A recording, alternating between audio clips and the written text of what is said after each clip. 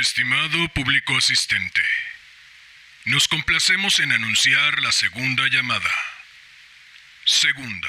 Hola, hola. Muy buenos días, tardes, noches, madrugadas, quien quiera que sea que se encuentre al otro lado escuchando.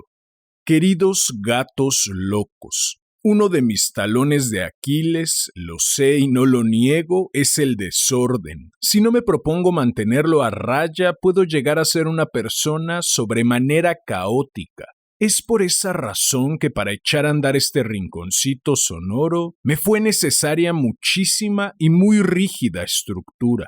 Estamos entrando en la segunda mitad del segundo año desde que emprendimos esta aventura y de aquella estructura rígida solo queda lo que hasta el día de hoy sigue siendo de utilidad.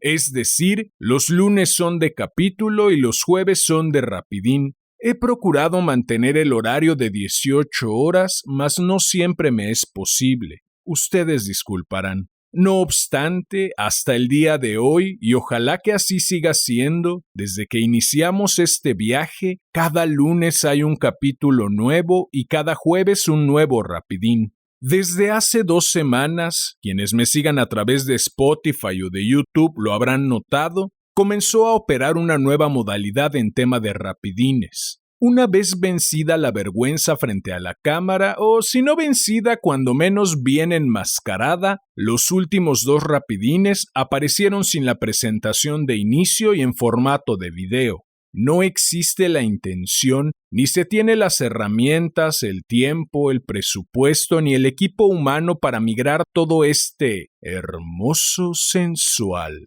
y exquisito podcast a formato de video podcast, pero cuando menos en materia de rapidines brevísimos, que más que rapidines ya parecen morreos, es un cambio que llegó para quedarse. Los rapidines más extensos y los capítulos, por mera sanidad mental del capitán de esta nave, o sea, yo, seguirán siendo presentados en el formato acostumbrado con todos los elementos conocidos en su sitio y únicamente en audio. Quizá algún día, nunca se sabe, esta nave encuentre un tesoro incalculable y tengamos la posibilidad de emplear gente que ayude a migrar el podcast entero a formato video.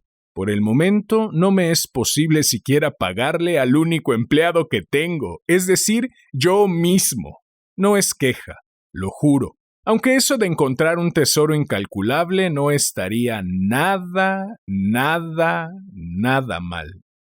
En lo que esperamos a que ello ocurra, demos paso a este cuento que, como ya es costumbre, dedico a mi madre por leerme cuando era niño, a mi padre por regalarme aquella radiocasetera, al niño que fui por combatir el aburrimiento con tanta creatividad, al hombre que soy por tomar este sueño entre las manos y trabajar para tornarlo realidad, y por último, no por ello menos importante, a ti, quien quiera que seas y desde donde sea que me estés escuchando.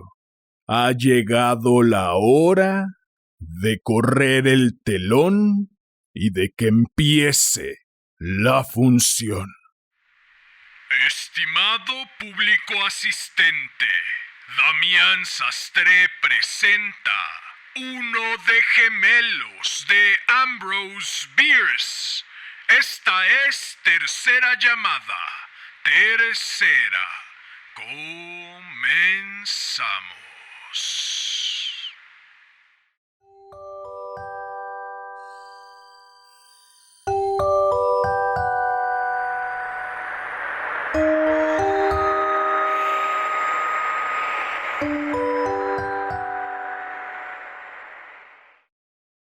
Me preguntas si en mi experiencia como miembro de una pareja de gemelos he observado alguna vez algo que resulte inexplicable por las leyes naturales a las que estamos acostumbrados. Tú mismo juzgarás. Tal vez no todos estemos acostumbrados a las mismas leyes de la naturaleza. Puede que tú conozcas algo que yo no sé y que lo que para mí resulta inexplicable sea muy claro para ti. Conocías a mi hermano John, es decir, le conocías cuando sabías que yo no estaba presente, pues creo que ni tú ni ningún otro ser humano podía distinguirnos cuando decidíamos ser exactamente iguales. Nuestros padres tampoco. El nuestro es el único caso que he conocido de un parecido tan completo. Hablo de mi hermano John, aunque no estoy del todo seguro de que su nombre no fuera Henry y el mío John. Fuimos bautizados del modo normal, pero después, en el momento de tatuarnos unas pequeñas marcas para distinguirnos, el individuo que lo hizo se despistó, y aunque yo tengo en el brazo una pequeña H y él llevaba una J, eso no quiere decir que las letras no pudieran haber sido traspuestas.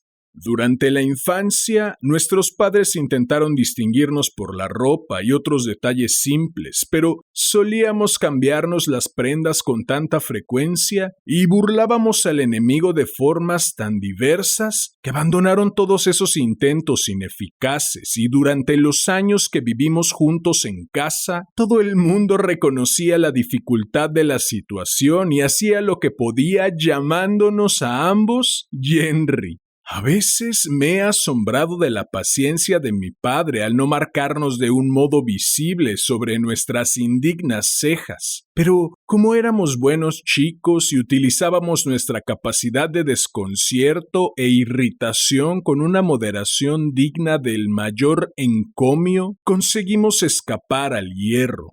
De hecho, mi padre era un hombre especialmente afable, y creo que en el fondo disfrutaba con aquella broma de la naturaleza. Después de llegar a California y establecernos en San José, donde la única fortuna que nos esperaba era conocer a un amigo tan agradable como tú, la familia, como ya sabes, se vio destrozada por la muerte de mis padres, acaecida en la misma semana.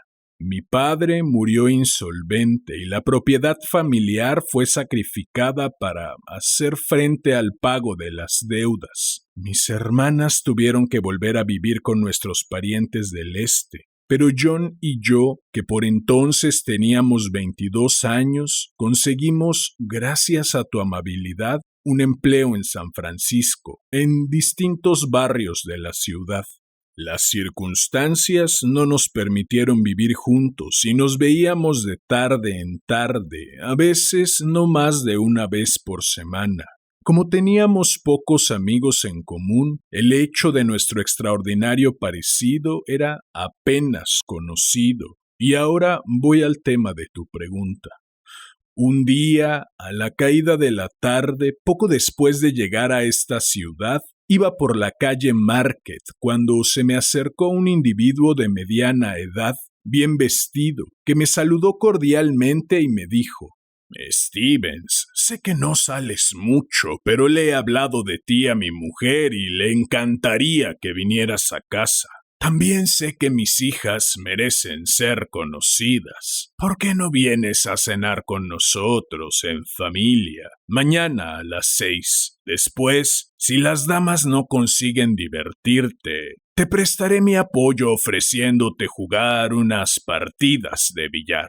Todo esto lo dijo con una sonrisa tan simpática y de un modo tan atractivo que no tuve valor para rehusar, y aunque no había visto a aquel tipo en mi vida, dije inmediatamente: «Es usted muy amable, señor, y me complace mucho aceptar su invitación. Por favor, presente mis respetos a Mrs. Margovan y dígale que allí estaré».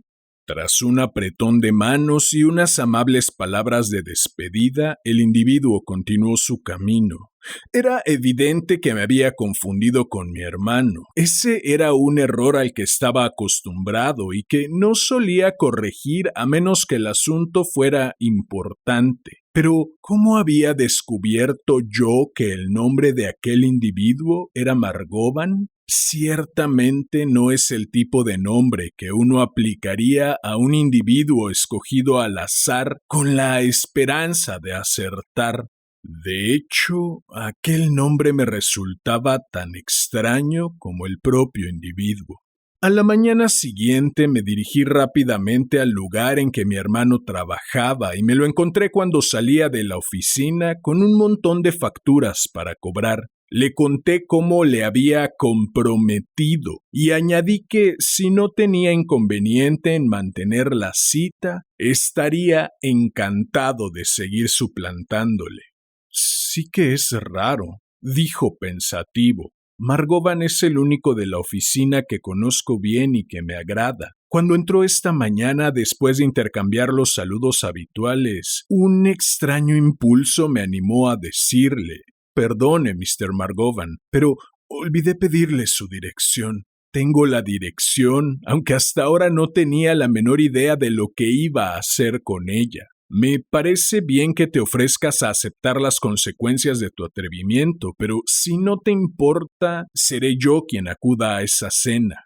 Asistió a varias cenas en el mismo lugar, más de las que le convenían, he de añadir sin menospreciar su calidad, porque se enamoró de Miss Margovan, la pidió en matrimonio y su petición fue aceptada sin ninguna piedad. Unas cuantas semanas después de haber sido informado del compromiso, aunque antes de que fuera oportuno que yo conociera a la joven y a su familia, me encontré un día en la calle Kearney a un individuo bien parecido, aunque de aspecto disoluto, al que me sentí impulsado a seguir y vigilar, cosa que hice sin el menor escrúpulo. Subió por la calle Geary y continuó por ella hasta llegar a la Plaza de la Unión. Una vez allí consultó su reloj y entró en la plaza. Comenzó a pasear de acá para allá, señal evidente de que esperaba a alguien. Entonces se le acercó una joven muy guapa, vestida a la moda, y los dos se dirigieron hacia la calle Stockton, y yo tras ellos. Sentí la necesidad de ser precavido en extremo, porque aunque la joven me resultaba desconocida, me dio la impresión de que podría reconocerme si me veía. Dieron varias vueltas yendo de una calle a otra y finalmente, después de echar un rápido vistazo alrededor que yo evité de milagro escondiéndome en un portal, entraron a una casa de la que prefiero no consignar su situación. Esta era mejor que su aspecto. Declaro solemnemente que mi actitud al espiar a aquellos dos extraños no tenía ningún motivo especial. Es algo de lo que podría avergonzarme o no, según yo estimara el carácter de la persona que lo descubriera. Pero como es una parte esencial de la narración surgida a raíz de tu pregunta, se relata aquí sin vacilaciones ni vergüenzas. Una semana más tarde, John me llevó a la casa de su futuro suegro y, en Miss Margovan, como ya debes de haber supuesto, reconocí a la heroína de aquella aventura deshonrosa, lo cual me causó gran asombro. He de admitir en justicia que se trataba de la heroína verdaderamente bella de una aventura deshonrosa, pero el hecho era solo importante por eso. Su belleza fue tan sorprendente para mí que arrojó una sombra de duda sobre su semejanza con la joven que había visto. ¿Cómo pudo la maravillosa fascinación de su rostro haber dejado de sorprenderme en aquella ocasión? Pero no había posibilidad de error. La diferencia se debía solo a la ropa, a la luz y al entorno general. John y yo pasamos la tarde en la casa, aguantando las bromas que nuestro parecido suscitaba con ayuda de la fortaleza adquirida tras una larga experiencia. Cuando aquella joven dama y yo nos quedamos a solas unos minutos, la miré directamente a la cara y con una seriedad repentina le dije: «Miss Margovan, usted también tiene un doble. Lo vi el martes pasado en la Plaza de la Unión». Por un momento apuntó sus enormes ojos grises hacia mí, pero su mirada era menos firme que la mía y la retiró, dirigiéndola hacia la punta de su zapato. «¿Se parecía mucho a mí?», preguntó con una indiferencia que me pareció un poco forzada. Tanto, dije, que sentí tal admiración por ella que fui incapaz de perderla de vista y confieso que la seguí hasta que... Miss Margovan, me comprende usted, ¿verdad? Estaba pálida, aunque completamente tranquila. Entonces levantó la vista y me miró con unos ojos que no vacilaban. ¿Qué quiere usted que haga?, preguntó. No tenga miedo en señalar sus condiciones, las acepto. Estaba claro, aun con el poco tiempo del que disponía para reflexionar, que utilizar métodos ordinarios con esta joven no servía y que los requerimientos usuales resultaban inútiles. Miss Margovan, dije con una voz que denotaba la compasión que sentía en mi corazón, es imposible no considerarla víctima de alguna horrible coacción. Más que imponerle nuevas turbaciones, preferiría ayudarle a recuperar su libertad. Dijo que no, moviendo la cabeza, con tristeza y desesperación, y yo continué muy agitado. Su belleza me acobarda, me encuentro desarmado por su franqueza y su dolor. Si es usted libre de actuar en conciencia, creo que hará lo que considere mejor, si no, que el cielo nos ayude. No tiene que temer de mí otra cosa que la oposición a este matrimonio, que puedo intentar justificar por otros motivos. Estas no fueron exactamente mis palabras, pero su sentido, con toda la precisión que mis emociones repentinas y conflictivas me permitían explicar, era ese. Me puse en pie y sin volver a mirarla me dirigí hacia la puerta, donde me encontré con los demás que entraban en la habitación. Con toda la calma de que fui capaz, dije: he estado dando las buenas noches a Miss Margovan. Es más tarde de lo que creía. John decidió venir conmigo. Ya en la calle me preguntó si había observado algo de particular en la actitud de Julia. Creo que se sentía mal, le dije. Por eso me marché. Añadí sin decir nada más. La noche siguiente volví tarde al lugar en que me alojaba. Los acontecimientos del día anterior habían conseguido que me sintiera nervioso y enfermo. Había intentado curarme procurando aclarar las ideas con un paseo al aire libre, pero sentía la opresión de un terrible presentimiento maligno, un presentimiento que era incapaz de formular.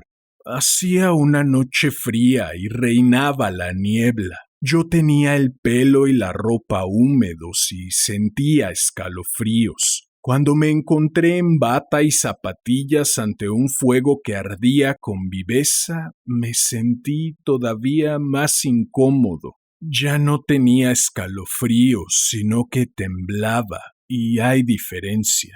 El temor de una calamidad inminente era tan fuerte y desalentador que intenté desembarazarme de él, convocando alguna tristeza real. Procuraba disipar la idea de un futuro terrible, sustituyéndola por el recuerdo de un pasado doloroso. Rememoré la muerte de mis padres e intenté concentrar mi mente en las últimas escenas tristes, junto a sus lechos y sus tumbas. Todo me parecía vago e irreal, como si le hubiera ocurrido a otra persona hacía muchos años. De repente, surgiendo en mi pensamiento y partiéndolo como se parte una cuerda tensa por el golpe del acero, no encuentro otra comparación. Oí un grito agudo, parecido al de alguien que estuviera en agonía mortal. La voz era de mi hermano y parecía proceder de la calle. Me acerqué rápidamente a la ventana y la abrí de golpe. La farola que había enfrente proyectaba luz mortecina y horrible sobre la acera húmeda y en las fachadas de las casas. Un policía, con el cuello del uniforme levantado, se encontraba apoyado en un poste, fumando un cigarro. No se veía a nadie más. Después de cerrar la ventana y bajar la persiana, me senté frente al fuego e intenté concentrar la mente en lo que había a mi alrededor para ayudarme. Como si fuera un acto familiar, consulté mi reloj. Marcaba las 11:30. Una vez más volví a oír aquel grito terrible. Parecía haberse producido en la habitación a mi lado. Me asusté y durante un rato fui incapaz de realizar un movimiento. Unos minutos después, aunque no recuerdo con precisión el tiempo transcurrido, me encontré corriendo a toda velocidad por una calle desconocida. No sabía dónde estaba ni hacia dónde me dirigía, pero en ese momento subí de un salto los escalones de una casa. Había 2 o 3 carruajes. Vi luces que se movían y oí un murmullo de voces apagadas. Era la casa de Mr. Margovan. Ya sabes, buen amigo, lo que había ocurrido allí dentro. En una habitación yacía Julia Margovan, muerta hacía horas por envenenamiento. En otra, John Stevens sangraba por una herida de bala en el pecho, infligida por su propia mano. Entré precipitadamente en la habitación, aparté a los médicos y le puse la mano en la frente. John abrió los ojos, me miró sin expresión. Volvió a cerrarlos lentamente y murió sin hacer el menor gesto. No supe nada más hasta 6 semanas más tarde, cuando fui devuelto a la vida en tu propia casa gracias a los cuidados de tu santa esposa.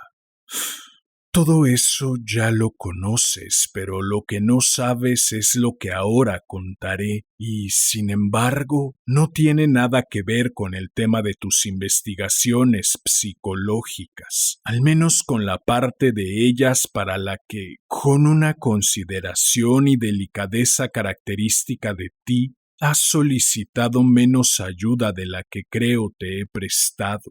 Una noche de luna llena, varios años más tarde, pasé por la Plaza de la Unión. Era tarde y la plaza estaba desierta.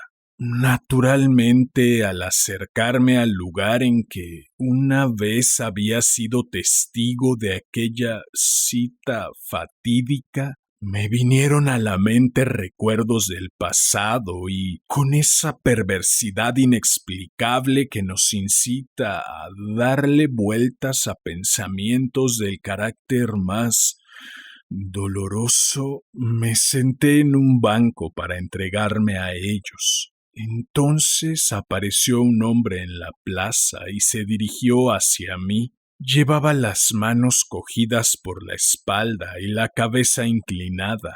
Parecía no observar nada. Cuando se acercó a la sombra en donde yo estaba sentado, reconocí en él al individuo que se había encontrado con Julia Margovan en aquel lugar años antes, pero estaba muy cambiado, triste, agotado y ojeroso. La disipación y el vicio se asomaban en sus ojos. La enfermedad no era menos evidente. Iba muy desastrado y el pelo le caía sobre la frente de un modo que resultaba a la vez misterioso y pintoresco. Tenía un aspecto que parecía más apropiado para el comedimiento que para la libertad. Para el comedimiento de un hospital, claro. Sin ningún propósito definido, me puse en pie y me acerqué a él. Entonces levantó la cabeza y me miró a la cara. No tengo palabras para describir el horrible cambio que se apoderó de él. Su mirada era de un horror indescriptible. Creyó encontrarse frente a frente con un fantasma, pero era un hombre valiente. ¡Maldito John Stevens!, exclamó, y levantando su brazo tembloroso, descargó su débil puño sobre mi rostro y cayó de bruces sobre la grava mientras yo me alejaba. Alguien lo encontró allí, más muerto que una piedra. Nada más se sabe de él, ni siquiera su nombre, aunque saber de un hombre que está muerto debería ser suficiente.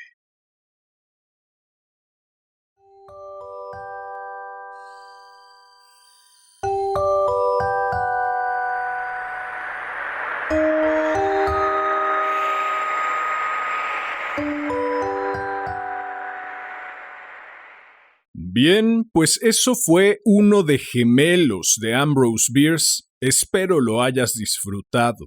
Si fue así, agradecería enormemente que me ayudaras suscribiéndote, dejando un comentario, dando manita arriba, compartiendo, difundiendo. Vale. Conocí la pluma de Bierce una tarde cualquiera, hace apenas unos 2 años, mientras perdía el tiempo en internet. Ese tipo de joyas que se encuentran en el lodo y nunca se sabe el cómo. Sé, aunque en esto tampoco tenga claro el cómo, que tras leer su cuento Aceite de Perro, compartido ya en el Rapidín 07, comenzó a gestarse la idea de leer cuentos en voz alta para una audiencia. Por aquel entonces la idea era hacerlo a través de en vivos. Ahora, que quizá estoy un poco más listo para algo así, sé que habría sido un espectáculo lamentable. Es tanto el cariño que le tengo específicamente a Aceite de Perro que no había querido compartir otro cuento de Bierce. No obstante, lo he dicho y hoy lo repetiré. Cada día me es más difícil encontrar cuentos que me complazcan. Para simplificar la tarea de búsqueda de la semana pasada, que vale la pena mencionar por otros motivos ajenos al podcast, fue una semana muy densa y muy pesada, decidí ir a lo seguro y revisitar a un ya querido por mí. Elegí este cuento a pesar de haber detectado un vicio narrativo que detesto. Abro paréntesis, narrarle al lector a través de un personaje no presente, que de algún modo estuvo involucrado o conoce ya gran parte de la trama, como si dicho personaje no supiera absolutamente nada. Detalle que puedo pasar por alto sin mayor dificultad por tratarse de un cuento del siglo XIX. Cierro paréntesis, porque me encantó el modo en que el autor toma un cliché, la comunicación cuasi telepática entre gemelos, y lo convierte en el hilo conductor del cuento. Además, claro está, del remate casi cómico del hombre muerto por creer haber visto a un fantasma. ¡Maldito John Stevens!